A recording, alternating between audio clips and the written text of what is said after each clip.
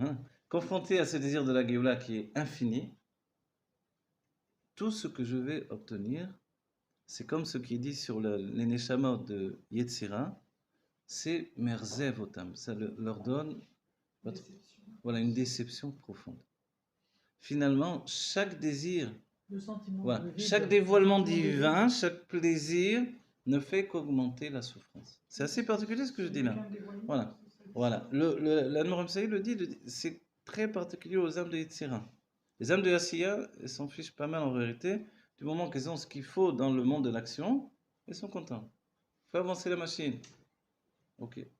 Mais, parce qu'elles sont gorges de vitalité dans la matière. Mais déjà, une âme de Yetzira, elle est différente. Donc, elle, on lui a promis la Géoula, c'est-à-dire sortir des kélim d'enfermement. Elle les veut, ces mesures de libération. Mais elle ne les trouve pas. Donc, elle est entre deux mondes. Elle ne peut pas faire abstraction des petits plaisirs qu'elle prend dans ce monde, du petit bien-être au quotidien qui la tient vivante, et le désir qu'elle a qui est infini. Donc finalement, d'avoir proposé la Géoula à une âme, ça a été de Yitzhira, ça a été de lui promettre des choses qu'a priori elle ne peut pas obtenir et qui vont qu'augmenter sa souffrance. Alors on va dire, alors c'est quoi la solution dans ce sujet-là? La solution, c'est que l'intellect doit être à même de prendre en compte que la Géoula est là et que par le monde de la matière, on est en train de construire la Géoula. Chaque jour. Et chaque jour, le plaisir va grandir et s'installer dans mes réalités. Chaque jour, je dois être un peu plus riche spirituellement et matériellement. Chaque jour, je vais grandir mes possibilités, je vais m'épanouir un peu plus, Vous voyez? Et essentiellement par l'étude elle-même, qui doit être à même de combler le manque de divin que j'ai dans mon être. Vous comprenez tout ça? Ça fait de la peine en même temps ce que je dis. Mais il faut le savoir quand même. C'est-à-dire que cette situation que l'on peut vivre, elle est normale.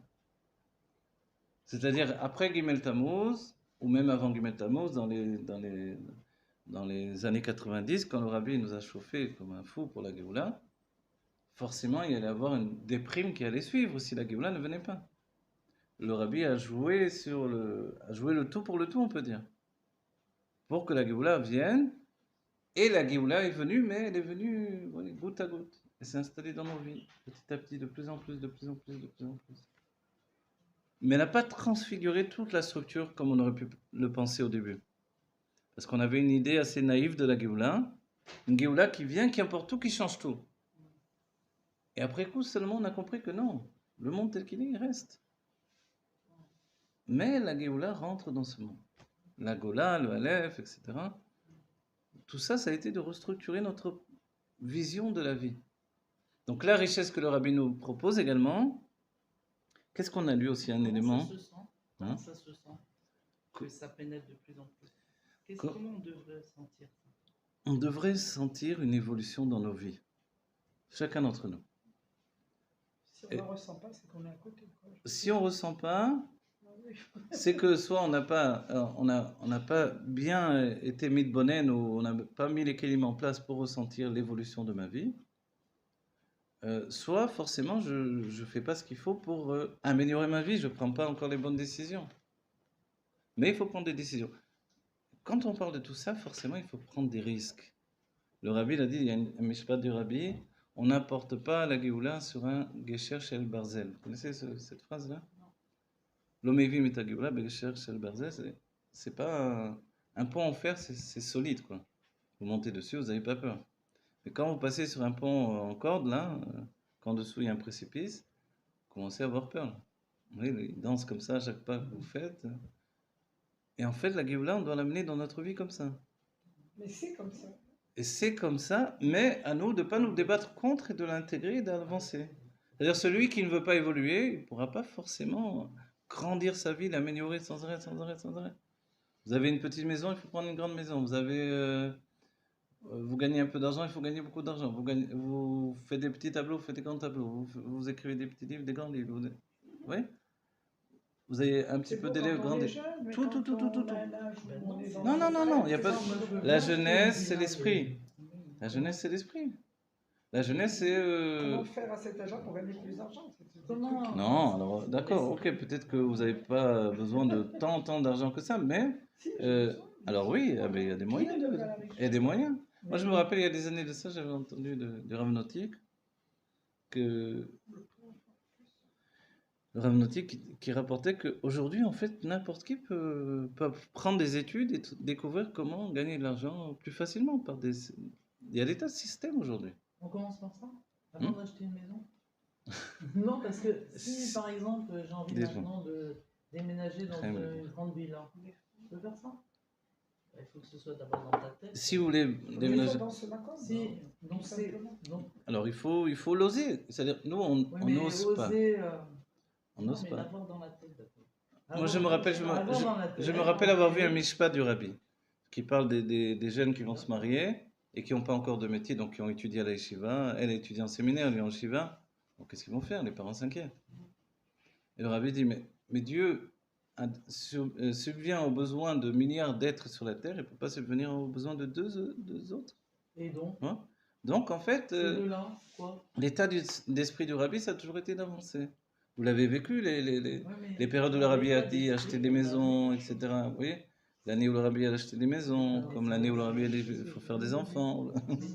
On va dire, mais c'est normal, tout le monde achète des maisons, tout le monde fait des enfants. Ah oui, mais là, il y a une étina de quoi?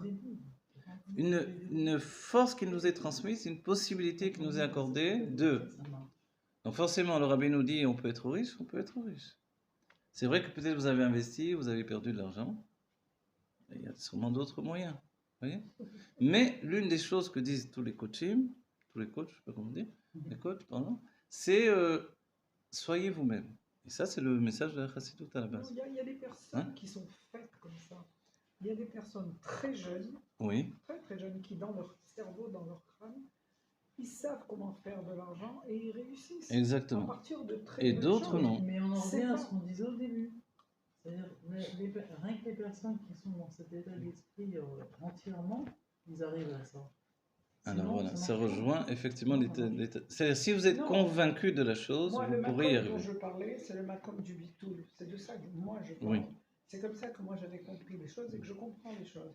Mais il y a des jeunes qui, dans leur tête, Le Bitoul, comment dire, une abnégation de toi-même, quoi. Tu rentres pas dans le nitoire, dans le développement de la chose et tout ça, tu vois. Tu le fais. On va reprendre ce que vous dites. C'est vrai, vous avez raison. Regardez, dans notre génération, on s'aperçoit qu'effectivement, il y a un état d'esprit différent des générations Les passées. jeunes d'aujourd'hui, D'abord, pourquoi? waouh. Il y a l'état d'esprit d'être atzmaï aussi, qui n'existait pas précédemment. Et C'est-à-dire de s'enrichir. indépendant pour devenir riche. Donc le message du Rabbi a été transmis en fait. Oui, mais Il y a ceux qui est-ce peuvent qu'on le doit prendre. le message de Rabbi? Nous, on doit le prendre, le message du Rabbi, mais en étant nous-mêmes. C'est-à-dire, ça prend un peu plus de temps parce que on a le risque de se défigurer, entre guillemets, de se transformer. Le but, c'est pas de se transformer, c'est de s'améliorer, c'est-à-dire optimiser ce que l'on a déjà. Donc, devenir riche, pour nous, ça veut dire de comprendre. Alors, regardez, notre génération est particulière. Nous, on croit que le Rabbi a dit quelque chose, tout le monde doit être riche. On a l'impression que comment on intègre dans nos vies. Or, on a l'impression que d'autres l'ont pris. Des gens qui ne sont pas forcément dans Torah et Mitzvot de manière dévoilée l'ont reçu plus directement que nous. Et eux, ils réfléchissent et ils trouvent comment être riches et ils le font. Et ils deviennent riches. C'est vrai. Donc, il y a à réfléchir intelligemment et aller à fond. Deux choses. L'intellect, mais l'intellect qui est juste une préparation, comme un mode d'emploi. Et ensuite, c'est le chesed. Le chesed, c'est se donner à fond. Et le Rabbi a dit, le Rabbi Hacham a dit que la richesse, elle n'est pas bedraga. Elle ne vient pas petit à petit. Pourquoi? Parce que c'est un influx de chesed, c'est un influx de générosité qui fait qu'on se donne à fond. Donc ça ne peut pas venir petit à petit. Peut-être ça a duré 1 an, 2 ans, mais après, paf, ça explose. Vous voyez? Mais la personne, elle a mis tout son argent là-dedans, elle a mis tout son état d'esprit. Et ça, c'est particulier à notre époque. Et en fait, il me semble que c'est vraiment, on va dire, comme l'aboutissement de la pensée du Rabbi. Que nous, dans Torah et Mitzvot, on soit moins doués là-dedans, c'est parce que on a plus lourd à porter, on a un bagage plus lourd à porter. C'est-à-dire, on doit faire coïncider 2 mondes qui, a priori, étaient étrangers jusqu'à présent. Le monde de Torah et Mitzvot on va dire même le monde orthodoxe, et le monde de la réussite dans un domaine personnel. Et c'est là aussi c'est important, on ne doit pas non plus se dénaturer. Donc si je dois devenir riche, c'est avec ce que je suis, pas avec ce que je ne suis pas. Si j'étais dans les affaires, que je deviens riche dans les affaires, c'est normal. Ça, c'est ce qu'il faut. Mais si je ne suis pas dans les affaires, alors je ne pourrais jamais devenir riche. Mais non. Regarde, même les livres de coach te disent, tu es écrivain, c'est extraordinaire, tu fais une chose avec un livre, tu as une pensée. Écrivain, ça peut être n'importe quoi. Quelqu'un qui a écrit un livre sur comment faire pousser des choux, comment, vous voyez, il a une idée fantastique sur le toit de votre maison. Vous utilisez les eaux de pluie, j'en sais rien, n'importe quoi. Mais ça marche aujourd'hui. C'est pas juste des idées en l'air, vous voyez. Il y a quelque chose que je comprends pas. Seulement une chose, c'est déjà pas mal. Une seule chose que vous C'est comprenez que pas. on dit qu'on a le libre arbitre juste pour faire le bien et le mal. Et en fait, on n'a pas de libre arbitre d'être riche, pauvre, etc. Aujourd'hui, oui. Où est le... Ah non, a priori, c'est vrai. Mais quand ça devient une injonction de la Torah par le biais de notre rabbi, quand le rabbi nous dit aujourd'hui on est tous riches, et on a un devoir d'être riche, et que si précédemment on avait des idées qu'il valait mieux pas être riche, ces idées-là, il faut les reléguer à une autre génération. Si on est la génération du rabbi, forcément on doit être riche, spirituellement et matériellement. Alors ça veut dire Voilà. que ceux qui Ça veut devaient dire au que- départ être riches, Oui. parce que, et sans libre arbitre, c'est-à-dire c'était décidé, Mhm. ils peuvent... On va essayer de donner encore quelques kélim pour avancer les choses. C'est qu'on a un décalage entre les kélim du monde, les réceptacles du monde, et mon désir. C'est ça le décalage qu'on a tous les uns les autres. Ok. Donc on est arrivé à un moment de l'humanité où la psychologie s'est assez développée et le bonheur personnel, individuel, s'est mis en avant. Donc on comprend bien qu'on ne peut pas vivre des vies qui ne nous appartiennent pas, comme, je sais pas, aller travailler du matin au soir dans un bureau alors que ça n'a rien à voir avec moi, et devenir riche. Non, c'est pas comme ça que tu vas être riche. Développe ce que tu es. C'est quoi voilà, voilà, n'importe quoi, voilà. Et dans ce monde-là qui t'appartient, développe ce que tu es et développe les liens. C'est comme le niveau de la chara dont on a parlé, de l'évaluation. Essaye de trouver, de tisser des liens et d'enchaîner les choses et de laisse l'isrom. C'est ça dont on parle avec le chesed. Le chesed, Si je ne le fais pas, par voilà, exemple, il faut que dans ça mon cas, véhicule, il faut que ça fonctionne, il faut que ça. il Vous faut voyez? que je cherche Mais pour si faire vous le êtes blocage. statique, vous êtes dans la gvura, donc vous fermez les choses. Il faut passer dans le stade du chesed. Ça a été clair, établi de manière claire dans le Mahamar du Rabbi Rachab. C'est-à-dire que vous ne pouvez pas être dans la gvura et devenir riche. Non, c'est le contraire. La gvura va vous servir à gérer la fortune que vous avez amassée. Mais pour l'obtenir, il faut l'isrom, c'est-à-dire vous laisser aller à l'expression de ce qui est en vous aussi. Vous voyez? Donc cette expression, il faut y aller. Moi, je me rappelle, quelques années, il y a des années en arrière, au début, ça me faisait un peu, comment vous dire, de voir mon nom écrit des fois sur des affiches, Rav Kordat, tout machin. Je disais, mais qui je suis, Rav Kordat, avec tout ce que je sais pas. Et un jour, je lui dis, mais arrête de penser comme ça. Tu as un produit pour diffuser la chassidoute, c'est tout. Alors mettez ce que vous voulez. Voilà. Comprenez, mais donc il faut laisser aller, ça fait rien, Rav Kordat, tout machin, tout. Allez, on s'en fiche. Comprenez? Vous êtes un produit de Dieu pour diffuser une chose. Et vous avez une shlichut humaine, une mission humaine avant tout. Et dans cette mission humaine, vous allez apporter du bien aux autres. C'est un mouvement de chesed, qui plus est, si vous faites des massages ou des choses comme ça, etc. C'est merveilleux, les gens ont besoin de ça, les gens ont mal de partout dans notre génération. On a mal au dos, on a mal au cou, on a mal aux pieds, Alors, donc on a besoin de gens comme ça. Il faut que je cherche le blocage. Voilà, le blocage est dans l'idée que les choses doivent venir toutes seules. Or Dieu, à mon avis, nous dit non, c'est vrai, mais à un moment fais quelque chose toi aussi. Moi, disons même ne serait-ce que dans les cours de Torah, je peux pas, moi aussi je suis parti du principe, si on me demande je fais, et j'essaie de jamais annuler un cours, mais si on me demande pas, je fais pas. C'est bien, mais il y a des limites aussi à ça. Oui, faire un minimum Et dans tous les sujets, la peinture, je pouvais aussi attendre. Bon, j'ai travaillé des années avec les galeries, maintenant j'attends. J'attends quoi?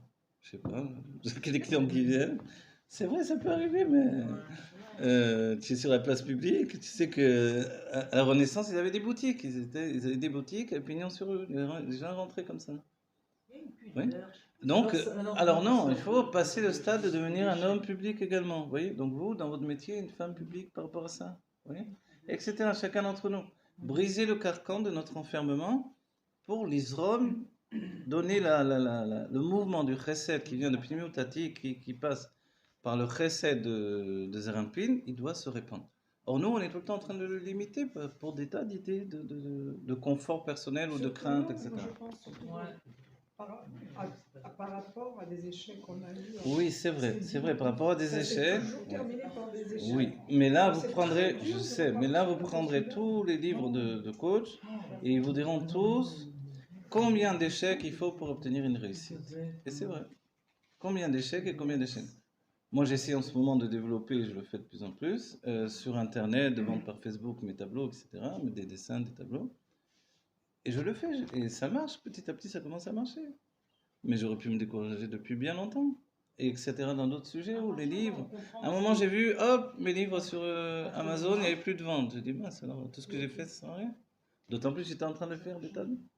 Et après, tout ça a repris, vous voyez. Mais si je m'étais arrêté au moment où j'ai vu que ça ne marchait pas, j'aurais tout arrêté. Les livres ne se vendaient pas. Alors, je ne serais pas continué non plus. Alors, il faut pas se décourager devant l'échec, vous voyez. Voilà.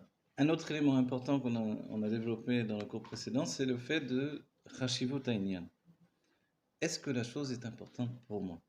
Depuis la source même de nos âmes, avant même la décision de la création du monde, il y a eu la naissance en nous de ce qui s'appelle Chashivut Hainyan, l'importance des choses. Or, on est tous différents sur l'importance d'une chose ou d'une autre. C'est pas étonnant que, voilà, par exemple, moi, ce livre, Tafreshenbet de Rabbi Rachab, du début, j'ai étudié ce livre. Parce que ça m'a semblé essentiel de le faire. Mais d'autres, pas du tout. D'autres, ils n'approcheront jamais de leur vie. Il y a ce côté de Chashivut Hainyan. Pourquoi ce rendez-vous avec ce livre-là, par exemple, plutôt qu'un autre? Donc, pourquoi moi, je fais des massages pour aider les gens? Pourquoi je fais de la couture? Pourquoi j'ai travaillé dans le cinéma? Pourquoi je suis violoniste? Pourquoi je suis peintre? Pourquoi je suis coach? Pourquoi je suis psychologue, assistant, etc., etc. Il y a ce qui s'appelle Chashivut Hainyan, l'importance de la chose. Et ça, c'est quelque chose qui est en chacun d'entre nous, qui est le moteur de tout, de cette richesse personnelle. En fait, devenir riche, c'est établir ma richesse personnelle. C'est ça le secret. Et ça réunit aussi beaucoup de livres de coach, etc. C'est-à-dire établir concrètement ma richesse personnelle dans la réalité, c'est ça. C'est ce que le rabbi dit par le biais de la Torah, puisque nous sommes des juifs. Donc notre structure divine et notre structure personnelle, c'est la Torah. Exprimer la Torah dans ma vie, voilà, c'est ça ma richesse, c'est ça ma réussite. Mais que je ne dois pas me laisser enfermer non plus. Vous voyez, si quelqu'un a décidé par exemple d'être rave, ok, il est rave, rabbinite, l'autre il a décidé d'être chanteur, l'autre... Mais je dois aussi trouver la catégorie dans laquelle je vais évoluer de manière harmonieuse. Et établir que pour moi, ça c'est important. La définition elle-même est importante. Prenez un peu de temps pour définir, voilà, c'est ce que je veux être. Comprenez? C'est ce que je veux être, je veux faire ça, c'est important pour moi, ça me donne du plaisir, donc je peux transmettre du plaisir. Et ça, c'est la base. Je n'ai pas de plaisir, comment je peux en transmettre? Vous voyez? C'est fou, c'est-à-dire, j'entends une ancienne élève à moi, elle est psychologue, elle s'occupe, avant elle s'occupait des assassins dans les prisons, maintenant elle s'occupe des prostituées. Mais il faut avoir une sorte de plaisir là-dedans, il faut être costaud aussi. De faire du bien. De bien, le désir de faire du bien et d'aider les gens est tellement puissant qu'elle fait abstraction de toute l'horreur qui peut se trouver autour de ça. Mais une autre personne qui n'a pas mis en avant ce désir de faire le bien sans faire abstraction de tout le mal qui est autour, il ne peut pas. Il ne peut pas l'aider un assassin en sachant que cette personne-là a tué quelqu'un et l'aider à se relever, à être bien psychologiquement. Comment je peux faire? Moi, j'ai envie de le tuer. Vous comprenez? Comment je peux aller aider une prostituée et tout ça? Mais je suis catastrophé dans la vie qu'elle a, la drogue, oh là là, ça me dégoûte. Ouais. Donc, j'ai pas la structure, parce que pour moi, c'est pas important de faire ça, j'ai pas l'équilibre. Psychologue, j'ai pas les forces d'écouter les malheurs des gens, je vais pas le faire. oui, etc. Dans la vie, il faut trouver Heureusement, dans notre époque, on a quand même des kitsourei derrière. C'est-à-dire, par le biais de la chassidoute, on a quand même, les gens arrivent quand même à la même conclusion. On n'a plus le temps, comme dans d'autres époques, de se lamenter sur notre sort, etc. Le monde est dans un mouvement de chesed. Ketsayamin, le rabbi a dit, je ne sais pas si vous l'avez vu cette notion, il y a Ketsayamim ou Ketsayamin. Ketsayamin, c'est du côté droit ou la fin du monde. Ça peut être l'un ou l'autre, à nous de choisir ce qu'on veut en fait. Donc en fait, nous on veut aller jusqu'au bout du côté droit. Et le côté droit, c'est le chesed divin qui s'épanche. Et la richesse personnelle et spirituelle qui La fin s'épanche. du monde, moi je croyais la fin du voilement. Ah, ça c'est parce que c'est le yémin qui met en état. Le yémin c'est le dévoilement, donc forcément c'est la fin du monde. Ketsayamim, c'est mamash la fin du monde. Ou alors Ketsayamin, à nous de choisir. Et le rabbi dit, on a le choix que ce soit ou l'un ou l'autre. Et à nous de choisir. Quand vous voyez le monde des non-juifs, ils partent tous de la fin du monde. Le monde naturel arrive à sa fin, la couche d'ozone et la fonte des glaces, etc. Catastrophe, quoi. Il n'y a plus que quelques milliers d'années. Non, moins que ça. 10 000 ans, 50 ans, je sais pas. Ok, j'écris tout mon livre là, sur ce sujet-là, vous vous rappelez? Ou alors, la Géoula est déjà venue pour vous. La Géoula est déjà venue, c'est une conscience, je dois m'intégrer dans cette Géoula qui est déjà là. Et pour atteindre cette Géoula, je dois établir ma richesse personnelle. C'est là où le rabbi a dit, vous êtes déjà riche. On est déjà riche. Ou je suis riche, ou je ne le serai jamais. C'est ça le secret de la chose. Ou je suis dans la Géoula, ou je ne le serai jamais. On parle pas d'argent. On La parle richesse aussi personnelle. d'argent. C'est-à-dire l'argent, c'est la résultante de ma richesse C'est une personnelle. conséquence. En mais, fait, c'est comme de dire, finalement, les gens vont payer pour ma richesse. Parce qu'ils se rendent compte que cette richesse-là, on a envie de la soutenir, on a envie d'en profiter, on a envie d'en avoir un petit peu. Et c'est comme ça que dans la Géoula, on s'étonne de nous dire, mais il va y avoir des non-juifs qui vont venir te donner de l'or, des diamants, pour que tu leur donnes un peu de Torah, un peu de chassidoute. Ah bon, comment ça se fait? Mais parce que la richesse a une valeur. Et que de reconnaître la valeur d'une richesse, c'est essentiel. Donc si moi je n'ai pas établi ma propre richesse, donc je suis zéro à mes yeux, comment tu veux, je ne vais jamais réussir. si quelqu'un Oui. établit Donc le sa- problème, c'est qu'à un certain moment, on a traduit 1 plus 1 égale 2, et moi, au lieu de dire 1 plus 1 égale 2, j'ai écrit 1 plus 1 égale 0, je suis encore 0. Voilà. Si Donc, quelqu'un là, établit sa richesse personnelle, Oui. à ce moment-là, la conséquence est que les personnes autour,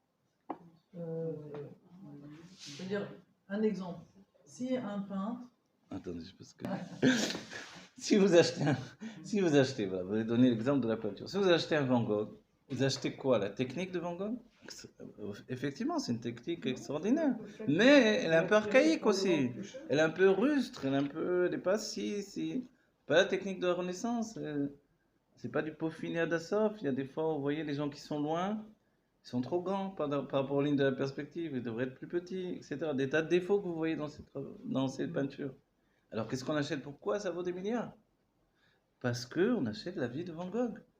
On achète cet homme-là qui était désespéré, qui s'est coupé l'oreille, qui était un fou de peinture et qui a écrit des lettres merveilleuses où il mettait toute sa foi dans son métier, etc., etc. C'est ça ce qu'on achète. Donc on achète la personne, c'est ça le secret. on achète la Oui. connexion qu'il a eue avec, Qu'il a eu avec le monde de la peinture en fait, voilà. Et parce que si vous cherchez le peintre le plus grand techniquement, vous allez faire une recherche haute pour trouver c'est pas lui que vous allez prendre, vous allez chercher un autre, voilà. Et les plus grands peintres, c'est pas les plus grands techniquement, c'est faux. Ouais. Non, des fois ils ont fait des grosses catastrophes, mais quand même, oui. Ouais. Alors vous avez dit Picasso, ok, il était un génie, et après finalement il a tourné en catastrophe, et pourtant ces catastrophes ça vaut plus cher que les tableaux plus classiques. Donc on ne cherche pas la perfection chez lui, on cherche l'imperfection, c'est-à-dire l'expression de son être humain. Voilà. Donc ma richesse, c'est ce que je suis, et chaque jour de ma vie, je grandis ma richesse. C'est-à-dire mes conclusions par rapport aux événements, par rapport à mes échecs, par rapport à mon désir, par rapport vous voyez? J'ai envie de dire, mais moi j'ai envie de vivre, j'ai envie d'exprimer, j'ai envie de... Donc la première chose à faire, c'est de savoir qui on est. Voilà, savoir qui on est, établir dans notre génération, puisqu'on est confronté à un monde du monde de Asiya, c'est-à-dire de la réalité pure et dure, il faut être capable de se rentrer soi-même dans des kelim. De dire, ok, moi je l'ai fait à un certain moment, j'ai dit, d'accord, d'abord, comprenez bien, je ne suis pas un rave, donc détendez-vous. Je suis un conférencier ou un enseignant, d'accord. Ensuite, je suis peintre et écrivain. Voilà, ces trois choses, je fixe, c'est ça ce que je suis. Oui, mais ça prend du temps. Pour chercher, je dis, ça, je vais abandonner. Ça, à la fin, je vois, je ne peux pas abandonner les choses qui sont ma personnalité. Mais une autre personne aussi, elle doit définir, vous voyez. Chacun, il faut finalement, pas se codifier, mais se structurer. C'est comme ça qu'on fait rentrer le désir qui est des Orot de Taureau dans les Kélim de Tikkun. Et vous passez un message à l'humanité. Aussi, il faut, et moi ça a été mon message depuis le début, rester très humain. Rester très humain, c'est être capable de faiblesse, capable de douleur, capable de désir, capable, vous voyez, exprimer les choses. Et finalement, le monde n'est pas dupe autour de vous. On comprend bien que vous avez un message humain à transmettre et ça touche. Donc vous vendez ce que vous êtes. Et si j'étais cuisinier, bon, moi j'ai été cuisinier, si j'étais cuisinier, vous vendez ce que votre savoir-faire, vous voyez. Qu'est-ce qui fait un grand cuisinier? C'est qu'il a mis, souvent les grands cuisiniers, quand vous voyez des reportages, vous dites, ma mère faisait ça à la maison, alors j'ai voulu obtenir un grand plat de grande cuisine avec les mêmes éléments que ma mère faisait. Et il a obtenu 3 étoiles avec le plat que sa mère faisait à la maison. Mais il a structuré, voilà. Mais quand même, pourquoi il a obtenu avec ça? Et je vous assure, la plupart du temps c'est le cas. C'est parce que il avait, pour lui c'était important. La passion. La passion et son enfance et l'amour que sa mère mettait dans la cuisine, ça a fait de lui un grand cuisinier, 3 étoiles, etc. Ou plus que ça. Donc en fait, nous, la même chose. Si vous écrivez un livre avec votre enfance, avec ce que vous avez vécu, ou avec la Torah que vous étudiez, ou avec, vous voyez, si vous faites des tableaux, si vous faites des tapisseries, des mosaïques, si vous donnez des cours, si vous êtes coach, n'importe quoi, c'est à l'infini. Mais l'important, soit toi-même. Dans notre génération, on aboutit à la conclusion. Ça a pris du temps, mais à la fin des temps aujourd'hui, tu dois rester toi-même et proposer à l'humanité, voilà, je suis comme ça, est-ce que ça vous intéresse? Et en sachant que c'est une grande richesse que j'ai à proposer. Et alors là, c'est le moyen d'être riche, vous voyez. Et là, vous laissez aller le chesed qui s'exprime à travers vous. Qu'on évite la Géoula Mitiv Hashlema. Nous, ce qu'on a vu avec le Rabbi, c'est que le Rabbi ne nous a pas trompés. Et je l'ai souligné dans un shiur en hébreu à Mamash, c'est que on aurait pu se dire, après tout, le Rabbi nous a trompés contre nous. Il nous a fait marcher, il n'en a pas eu la Géoula. C'était un super coach. Il a coaché tout le monde, il y a eu des tas de Chabad, ça ne s'est pas arrêté. Hein. Mais on n'a pas eu la Géoula. Donc, c'est ok. Il a bien rigolé avec nous. Mais personne ne pense comme ça. Mais pourquoi? A priori, normalement, logiquement, ça aurait été de dire, le Rabbi, il y a déjà maintenant, on ne va même pas compter les années, parce que sinon on va 27 ans. Voilà, disons, allez. Et même, il avait commencé avant, en vérité, donc presque... Voilà. Et même avant, il avait bien commencé à fond, depuis le début de l'année sur. Donc, 30, 40, 50 ans, qui nous a gonflé, nous a coaché pour être prêt pour recevoir la Géoula n'a pas eu lieu, donc a priori c'était une grosse arnaque, c'est tout. Intellectuellement on peut conclure ça, il faut être capable de se le dire. Mais pourquoi on ne pense pas comme ça? Parce que j'ai un rapport personnel avec le Rabbi, et je sais ce que je dois au Rabbi, tout ce qu'il m'a donné personnellement. Est-ce que je peux en faire abstraction? Non. Personne d'entre nous, dans l'âme, on n'est pas que fouille tova, comme on peut penser, on n'est pas craché dans la soupe, je ne sais pas comment on dit en français. Non, c'est que le Rabbi nous a sauvés chacun personnellement, particulièrement. Et qu'il il a fait Triat Hametim avec chacun d'entre nous. Il nous a donné une résurrection de l'être. Donc en fait, je ne peux pas faire abstraction de ça. Et chacun d'entre nous, on a un remerciement personnel à donner au Rabbi. Qui fait qu'en fait, on sait que ce qu'il dit, c'est pas une erreur de parcours, c'est pas qu'il nous a juste coaché pour être de meilleurs juifs et qu'en fait, il n'y avait pas la Géoula au bout. Non. Voilà, la Géoula va arriver, Terefumi al Mamash, aujourd'hui encore en fait. Mais parce qu'elle est déjà là, c'est ça le secret de tout l'enseignement du Rabbi. Sinon, il y a deux choses contradictoires. Le Rabbi nous dit, le Mashiach est déjà là, et après il nous dit, il faut faire venir le Mashiach immédiatement. Je n'avais pas compris, je croyais qu'il était là. Oui, souvent le Rabbi a les deux expressions. Et des tas de choses comme ça où à la fois son beau-père est vivant et à la fois, a priori, je vais au OL pour prier. Mais s'il est vivant, pourquoi tu vas au OL? Oui, etc. Des tas de situations, on se dit, le Rabbi, il joue sur plusieurs tableaux à la fois. En fait, c'est ça le fait de ne pas effacer le monde en dévoilant l'aspect pnimi du monde, intérieur du monde, profond. La Géoula est là, mais le monde ne disparaît pas. Alors c'est plus complexe. Il faut devenir un juif qui réunit ces deux situations. Donc en fait, j'ai tout pour être heureux, mais tant qu'il n'y a pas la Géoula, je serai extrêmement malheureux. Comment je vais vivre ça? Alors je vais trouver un équilibre. Vous voyez? Et c'est le Tania qui m'a donné l'équilibre. D'un côté du cœur, j'ai une joie débordante, d'un autre côté, j'ai un sanglot. Il y a la phrase, il a été diffusé une phrase du Rabbi. Le Rabbi dit: je suis toujours joyeux, mais je ne suis jamais satisfait. Vous connaissez cette phrase du Rabbi?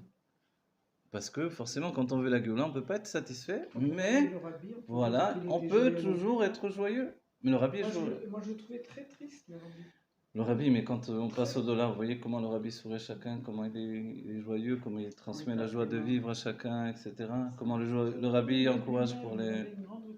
Parce que c'est les deux côtés qui sont établis exactement. À la fois un sanglot terrible, le Rabbi pleure, on entend pleurer. Énormément, moi, je l'ai vu pleurer. Mais oui, le Rabbi pleure d'une manière incontrôlée. À la fois le Rabbi nous dit: mon beau-père est là, il est vivant, il est aidé. Et à la fois il pleure sur son beau-père qui est parti. Il faut savoir où il est là, où il est parti. Fait les deux en même temps.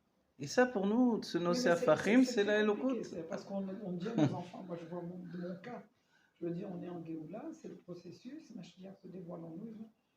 Ils lâchent les enfants quand ils voient le temps qui passe et sont entendus, ils se disent: oh, on est les illuminés, et alors on n'a pas compris la chose. Alors en même temps, n'oubliez pas, la nouvelle génération, elle prend le dessus, elle va être encore plus puissante, etc. C'est toujours la même génération.